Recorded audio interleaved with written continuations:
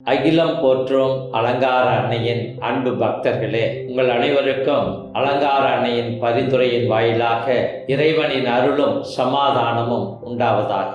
December மாதம் 8ஆம் தேதி அமலோற்பவ அன்னையின் பெருவிழாவை சிறப்பிக்கின்றோம். அன்று குழந்தை பேராலயம் நேர்ந்தளிப்பு செய்யப்பட்ட அற்புதமான நாள்.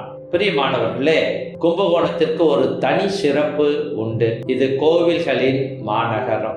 இந்த கோவில்களின் மாநகரத்திலே எழிலுற அமைந்திருப்பதுதான் தூய அலங்கார அன்னை பேராலயம், மறைமாவட்டத்தின் தலைமையகத்திலே உள்ள தாய் ஆலயம். கும்பகோண மாநகரிலே 1552 தூய சவேரியார் மறைப்பணி வாயிலாக கிறிஸ்தவர்கள் இங்கு வசித்து வருகிறார்கள். அதைத் தொடர்ந்து 1600 மதுரை மறைப்பணி தளத்தை சார்ந்த இயேசு சபை குருக்கள் இங்கு பணியாற்றி வந்திருக்கிறார்கள். 1679 புனித அருளானந்தர் இங்கு குழந்தையிலே தங்கி மறைப்பணி ஆற்றி இருக்கின்றார். 1800 பாரிஸ் மறை போதகர்கள் இங்கு மறைப்பணி ஆற்றி வந்திருக்கிறார்கள். முதலாக 1840 கும்பகோணம் அதிகாரபூர்வமாக ஒரு பங்காக உருவெடுத்தது. அப்பொழுதிலிருந்து இங்கு ஒரு பங்கு தளமானது செயலாற்றி வருகிறது. இறை மக்களுடைய ஆன்மீக மற்றும் அவர்களுடைய சமூக பொருளாதார வாழ்க்கை மேம்பட மறைப்பணியாளர்கள் உழைத்து வந்திருக்கிறார்கள். 1899 கும்பகோணம் மறைமாவட்டம் பாண்டி கடலூர் உறையூர் மறைமாவட்டத்திலிருந்து ஒரு தனி மறைமாவட்டமாக பிரிக்கப்பட்டு ஆயர் ஹியூகோ கொத்தேரோ என்பவர் நியமிக்கப்பட்டார். அப்பொழுதிலிருந்து கும்பகோணம் ஒரு தனி மறைமாவட்டமாக செயல்பட்டு வருகிறது. கும்பகோணத்தில் இருந்த அந்த பேராலயமானது தலைமை ஆலயமாக செயல்பட்டு வருகிறது. 1923 26 வரை அருட்தந்தை புரூனியர் என்பவர் இங்கு பங்கு குருவாக பணியாற்றிய போது தற்போதுள்ள அந்த பேராலயத்திற்கு அடிக்கல் நாட்டப்பட்டு பேராலய பணிகள் நடைபெற்று வந்தன. அவர் சேலத்திற்கு ஆயராக நியமிக்கப்பட்ட பிறகு கட்டுமான பணிகள் தொய்வடைந்தன. அதன் பிறகு 1931 அருட்தந்தை ஜேவியர் அவர்கள் குழந்தை மறைமாவட்ட பரிபாலகராக நியமிக்கப்பட்ட போது அவர் அந்த பணிகளை பாரிஸ் வேத போதக குருக்கள் மற்றுமாக பிரான்ஸ் நாட்டிலிருந்து வந்த பொருளுதவியோடு தொடர்ந்து கட்டுமான பணிகளை மேற்கொண்டார்.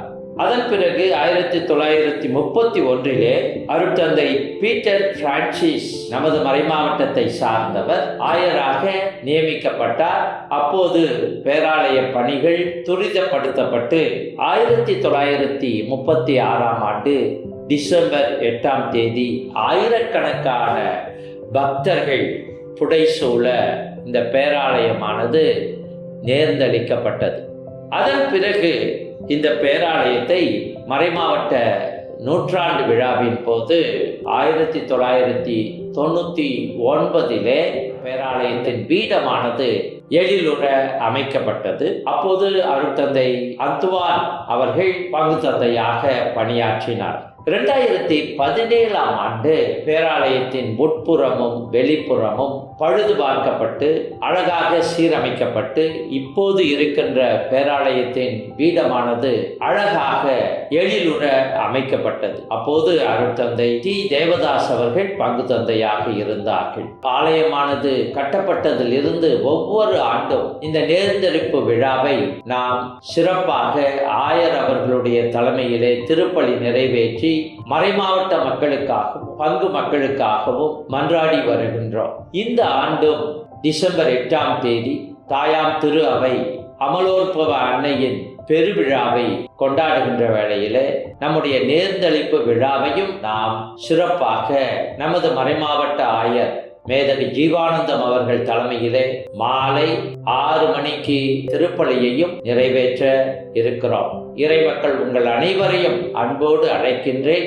இந்த ஆலய நேர்ந்தளிப்பு விழா என்பது நமது மறைமாவட்டத்திற்கே ஒரு பெரிய விழா. ஏனென்றால் மறைமாவட்டத்தின் பேராலயம் தாய் ஆலயமாக நமது மறைமாவட்டத்தில் உள்ள எல்லா ஆலயங்களுக்கும் விளங்குகின்றது. இந்த ஆலயம் ஒற்றுமையின் அடையாளம், இறை அன்பின் அடையாளம், இறை பிரசன்னத்தின் அடையாளம். நாம் ஒவ்வொருவருமே இறைவனின் ஆலயங்கள் என்பதை இந்த நேர்ந்தளிப்பு விழா நமக்கு நினைவுபடுத்துகிறது. எனவே இறை மக்களாகிய நாம் அனைவரும் அன்று திருப்பலியில் திரளாக கலந்து கொள்ள முயற்சி செய்வோம். அதே வேளையிலே நமது மறைமாவட்டத்தின் வளர்ச்சிக்காக ஜெபிப்போம். ஆயர், குருக்கள், துறவியர், இறைமக்கள் இணைந்து இறை ஆட்சியை இந்த மண்ணிலே வேரூன்ற செய்வோம். அனைவருக்கும் மீண்டும் இறைவனின் அருளும் சமாதானமும் உண்டாகுக. தூய அலங்கார அன்னை நமக்காக பரிந்து பேசுவார்களாக.